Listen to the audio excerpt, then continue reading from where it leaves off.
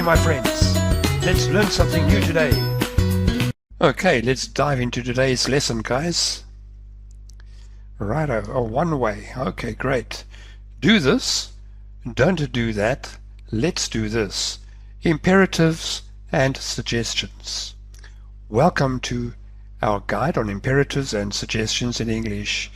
In this lesson, you will learn how to give clear instructions and make friendly suggestions.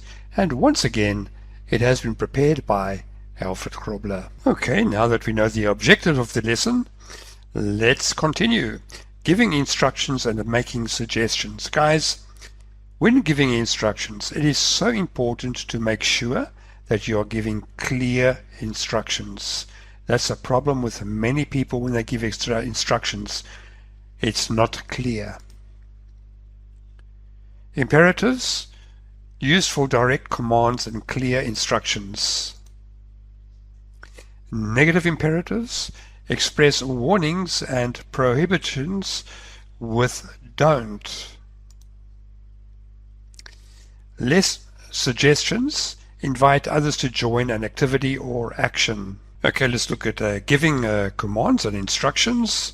Wow, and that all just appeared immediately. Okay, guys, as you can see over here, open the door. You can see here how the strength of the instruction and how clear it is. Righto. Listen carefully. Quite important, and it's given quite clear too. Be quiet. That is, well, a very strong instruction, right? Turn right, also, and close the window.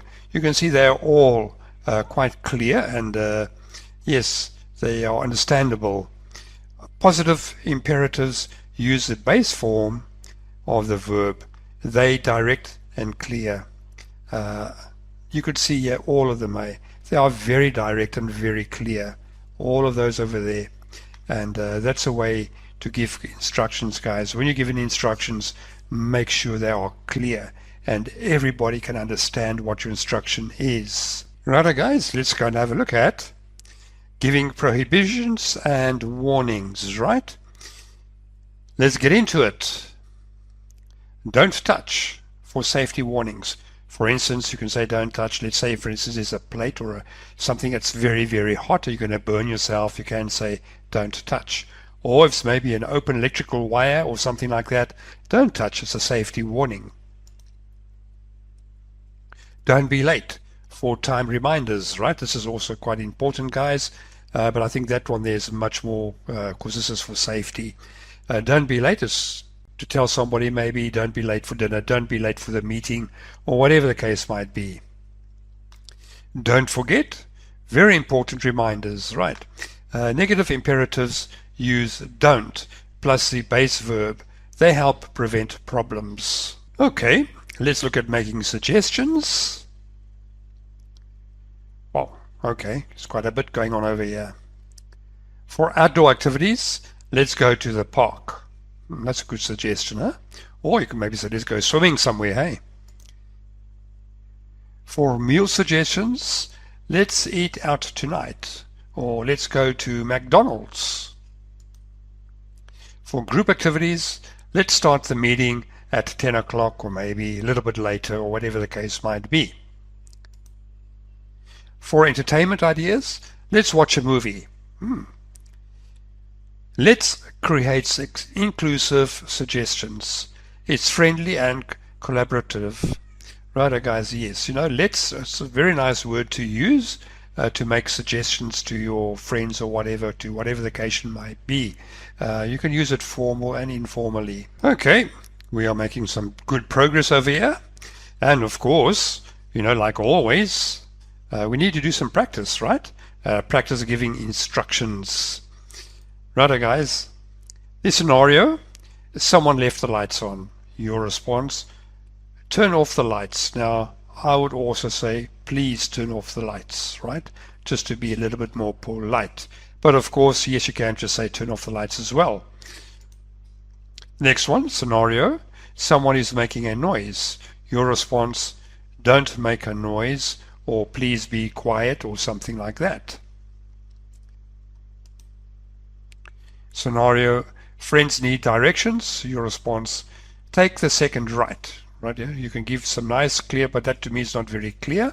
I would, for instance, say go down here and take the second street, turn right, and you'll find whatever you're looking for on the left-hand side. Now try creating your own imperative sentences for everyday situations. Yes, try and create a couple and see if you can maybe get it right. You can follow the instructions we've given over here, for instance, right?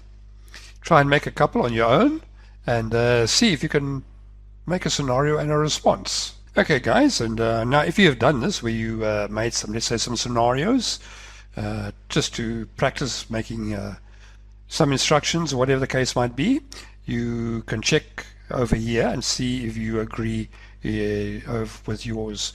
You can always just make sure, if you read through these instructions of the scenario and the response, I'm quite sure that you could just compare yours with these here, and you can see if you've managed to get it correct or not. Righto, guys, like always, practice exercise, complete the sentences, use let's with these phrases over here. Okay. And like always, pause the video, grab hold of your notebook, take your time, and try and answer the questions over here, or complete the sentences as good as you possibly can. And once you are done, of course, then we can continue watching to see how many you had correct. And like always, here is the first one. Would you like to play soccer? No, let's go for a swim. Okay, guys, now you're on your own. Take your time and please try and answer them as good as you possibly can. Hey, you must pause the video. Okay, I assume that you have paused the video and you've answered all these, or if you've done all the work over here, and now you are very anxious to see how many you had correct. So, I won't keep you up any further. Well, where are we? Oh, okay. Check your answers didn't appear over here. Oh my gosh. Okay, anyhow, you're both hungry. Let's try that new restaurant downtown. Next one, number 3. Would you like to go to the cinema? No, let's watch TV. You have free time? Let's practice our English conversation. That's a good one. Yes, okay. Create your suggestions using let's for different situations. Right, guys. Maybe you can try and create 1 or 2 more, and you can just compare them more or less what you have done over here, and you will see very quickly if you had them correct or not. Guys, if you had them all correct, well done. That is great. But if you had more than one incorrect, I would suggest that you watch the video once again. Righto, guys, and I think you have completed it all. You have checked it and corrected your work where necessary. And let's continue. Oh, check your answers comes in completely at the end. Can you believe this? How did that happen? Anyhow, let's go on to some more practice. Okay, practice answer with no, don't, or no, let's not. Righto, and of course, like always, pause the video, take your time, and try and do the work as accurate and as good as you possibly can. And like always, here's the first one for you. No, don't wait for me. Righto, guys, you're on your own. Please try and do it as good as you possibly can. Hey, you must pause the video. Okay, once again, I assume that you took your time and you answered them to the best of your ability. And where you weren't sure, you rewinded the video to make sure you're getting it correct. Now, guys, I can understand you're very anxious to see your answers. So without any further ado, let's continue. This time the check your answers came out correctly. Great, man. Number 2, shall we go home now? No, let's not go home yet. Number 3, shall we go out for dinner?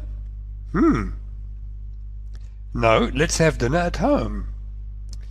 Shall I phone you tomorrow? No, don't phone me. You can say, no, don't phone me tomorrow. Whatever the case might be, huh? Righto, guys, and once again, if you had all these correct, guys, really, you need to pat yourself on the back and give yourself a great treat. Go out for a nice cup of coffee, cup of tea, or cocoa, or whatever you want, milkshake, or whatever you prefer your favorite drink is. And while you're having your favorite drink and watching all the other people in the coffee shop or wherever you are, Think about the guy that made it all. And how about buying him maybe a cup of coffee? Righto, guys. Let's continue. Okay, as always, when we reach the end of a lesson, we're going to be looking at the key takeaways of doing that lesson. Why was it worthwhile to do this lesson, and what did you gain from it? The first thing you need to do is to practice daily. Use these forms in everyday conversation. Right, guys? Yes. Without using it every day and practicing it, you'll just forget it, and yeah, you won't become fluent, put it this way. Secondly, make friendly suggestions. Use let's for inclusive ideas. Express prohibitions. Use don't for warnings. And lastly, give clear instructions. Use direct verb forms. Guys, to give clear instructions, really, it's essential for proper communication. Keep practicing these patterns. They're essential for clear communications. Guys, with that said, we've come to the end of the lesson, and I really hope that you have gained something from doing this lesson, and looking forward to see you in the next one.